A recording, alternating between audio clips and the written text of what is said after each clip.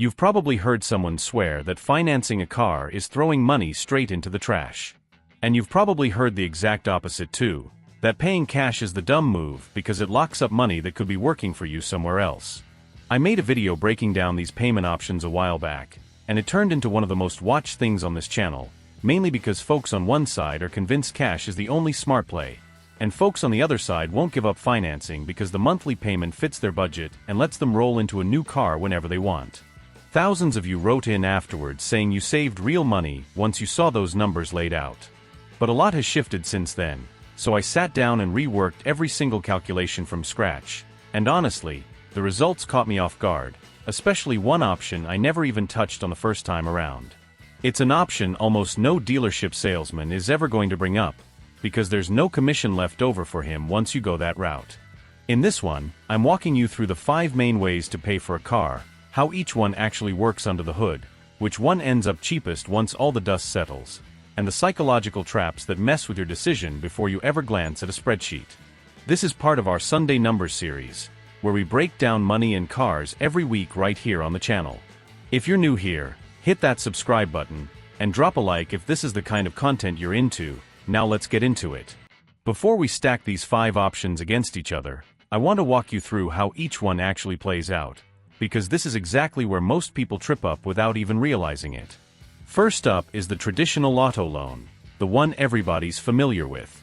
You put down somewhere between 10 and 20% of the car's price, and the rest gets spread out into fixed monthly payments over a few years. Once that last payment clears, the car is officially yours, no strings attached. The catch is you're paying interest on the whole financed amount, so by the end you've handed over more than the sticker price ever said.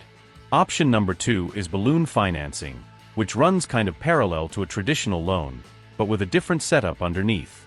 With this one, you're not really paying off the whole car during the contract. You're mostly covering the depreciation the car is expected to lose while it's sitting in your driveway. You put money down, your monthly payment is smaller, and you already know upfront what the residual value will be, meaning what the car is projected to be worth when the contract wraps up. When you hit that point, you've got 3 moves: pay that residual amount and keep the car, hand the keys back and walk away owing nothing, or if the car is actually worth more than that residual number on the open market, use the difference as a down payment on your next ride. The monthly payment tends to run lower than a traditional loan, but you don't automatically own the car at the end, and like I'm about to show you, a smaller payment doesn't mean a cheaper deal. Option 3 is leasing, and it's been picking up steam across the country for good reason. If you like switching cars often and you'd rather skip maintenance headaches and the hassle of selling later, this one looks pretty tempting on paper. Since you're not actually buying the car, there's no down payment in the traditional sense, there's an initial payment, and it usually runs a lot lighter than what you'd put down on a traditional loan or balloon deal. When the lease ends, you turn in the keys and you're done, no debt hanging over you, and then you decide if you want to renew or try something else. The 4th option is the one almost nobody at the dealership is going to whisper in your ear: a personal loan. You borrow the money straight from a bank or a fintech lender, skip the dealership entirely, and use that cash to buy the car outright. The day you drive it off the lot, it's already yours, and you pay the bank back in fixed monthly installments with interest over whatever term you agreed to. Rates on a personal loan usually run cheaper than what the dealership finance office is going to offer you, and that alone can make a real dent in your total cost. That said, every once in a while the manufacturer is running an aggressive promotional rate, and financing straight through the dealer can actually beat a personal loan. I'm not folding that into today's number comparison because it swings too much depending on timing, but you owe it to yourself to shop that option before signing anything, and your final rate is going to come down to your credit score and the term you pick. And the 5th option is paying cash. If you've got the money sitting there, this tends to be the most straightforward path. You pay once, the car is yours immediately, and you never think about a payment or interest on that vehicle again. Now that you've got a handle on how each one actually works, let's line all 5 up and see what the numbers really say.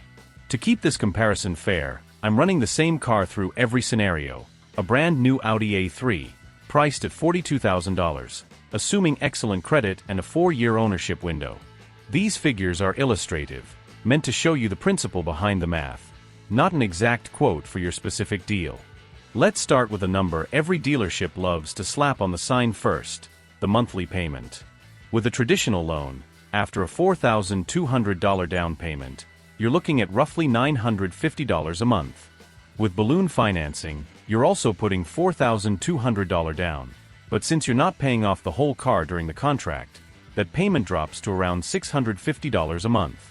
With leasing, instead of a down payment, you're covering an initial payment equal to about 3 months of installments, which lands around $1,350 in this example, and after that your monthly payment is just $450. And with a cash purchase, there's no payment at all. You hand over the full $42,000 on day one. If the monthly payment were the only thing that mattered, leasing would look like the clear winner, with balloon financing right behind it. But let's fast forward 4 years and see what you actually spent. With the traditional loan, your total over the life of the contract lands around $49,800. With balloon financing, it's a similar ballpark, close to $52,900, factoring in that final balloon payment of about $17,500 to keep the car. Leasing comes in a lot lighter in cash out the door, somewhere around $22,950 across those 4 years. And with a cash purchase, you spent $42,000 starting from day one. Here's the thing though, that's not the full picture yet, because with the traditional loan, the balloon deal, and the cash purchase, you still own that car after 4 years. Factoring in average depreciation, that Audi A3 would still be worth somewhere around $20,200 on the resale market. That number won't match every deal exactly, but it's here to illustrate the scenario. Sell the car at that price, and a solid chunk of your money lands right back in your pocket. With leasing, that option simply doesn't exist. You hand the keys back with nothing to sell, because the car was never yours to begin with. So the number that actually matters isn't what you paid, it's what that car actually cost you once you subtract what you get back for it. And once you run that math, the whole picture flips. Cash comes out as the cheapest path, with a net cost around $21,800 over 4 years. Leasing lands right behind it, close to $22,950. Then the traditional loan, sitting at roughly $29,600. And balloon financing finishes dead last, landing around $32,700.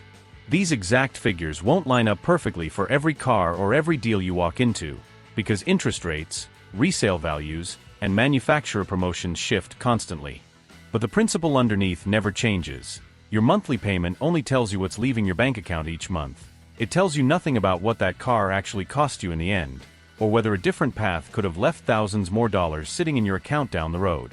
And there's another piece almost nobody factors in here: opportunity cost. If you pay that $42,000 in cash, yes, that's technically the cheapest route like we just walked through, but that money is now locked up in a depreciating asset sitting in your garage. The alternative is putting down a smaller amount and investing the rest into something like a low-cost index fund or another asset that actually generates a return. So the real question becomes, can that invested money outearn the extra cost of financing the car? If it can, financing might actually come out ahead. This concept is called arbitrage, and it basically means your money is earning more than it's costing you to borrow. Sounds great on paper, but there are 2 problems hiding in that logic. First, the interest on your loan is locked in. You know exactly what you owe. The stock market offers no such guarantee, especially in the short run, where returns swing wildly from one year to the next. So you're not comparing apples to apples here. You're weighing a fixed cost against an uncertain return. And the second problem is that what you should do and what you actually do are 2 very different things. On paper, you invest the leftover cash and leave it alone. In real life, for a lot of people, that money just quietly disappears into everyday spending. So those are the numbers, and looking at them alone, you might walk away thinking cash is obviously always the answer. But personal finance is personal, and the cheapest option on a spreadsheet isn't automatically the right call for your life. Before deciding how to pay for your next car, I'd ask myself 3 questions. Number 1, am I even looking at the right number? When you walk into a dealership, the salesman is going to steer every ounce of your attention toward how manageable that monthly payment feels. Even if you've got the cash sitting in the bank, you can end up talked into financing instead, leaving that money parked and doing nothing. But like we just covered, the payment doesn't show you what the car actually costs over the life of the loan, and fixating on it can push you into a more expensive car than you ever planned on buying. Say your budget was $30,000 and the salesman steers you toward the $42,000 trim. As a total dollar figure, that gap would probably make you back away immediately. But frame it as just $57 more a month, and suddenly it doesn't feel like much at all. It might even feel like you're getting a deal. That's exactly why the total cost of ownership matters more than whatever payment fits neatly into your monthly budget. Number 2, how much does driving something new actually matter to you? For some folks, paying more for the latest safety tech, a full factory warranty, cheaper maintenance in the early years, or just the feeling of driving something brand new off the lot, is worth every extra dollar. There's nothing wrong with that, as long as it's a decision you're making with your eyes open, not one a salesman talked you into. On the flip side, if you're someone who tends to keep a car for 10 years, buying almost always wins out, because you're spreading that steep early depreciation hit over a much longer stretch of time. Number 3, how does this car fit into your bigger financial picture? Whether you're paying cash or financing, it always pays to weigh this decision against everything else going on in your finances. How does it stack up against your rent or your mortgage, your fixed bills every month? How does it stack up against your savings and your investments? Does it still leave enough room to actually enjoy life, or would you be trading away things you love just to drive something nicer? Before signing any financing paperwork, I'd run through 4 more questions. First, how long do I honestly plan on keeping this car? Second, am I chasing a smaller payment, or am I chasing a lower total cost down the road? Third, how much do the latest features, the warranty, and that new car feeling genuinely matter to me? And fourth, will this decision still leave me room to build toward everything else I want out of life? Those 4 questions alone will get you to a far better decision than most people ever make, which usually boils down to nothing more than whether the payment fits the month. At the end of the day, balloon financing might look the most attractive because of that light monthly payment, but that's exactly the option that hits your wallet hardest once you look at the real cost 4 years down the road, and that's the trap most people fall into without ever seeing it coming. Would you still buy a car that way, knowing it costs more in the long run, just to feel a lighter payment today, or would you rather take the full price on the chin right up front? Drop your car financing story in the comments, and tell me if that small payment trap ever got you. And if you're thinking about buying a car right now, or you just want to avoid a costly mistake, check out the video popping up on your screen. I guarantee it'll help you walk away with a much better deal.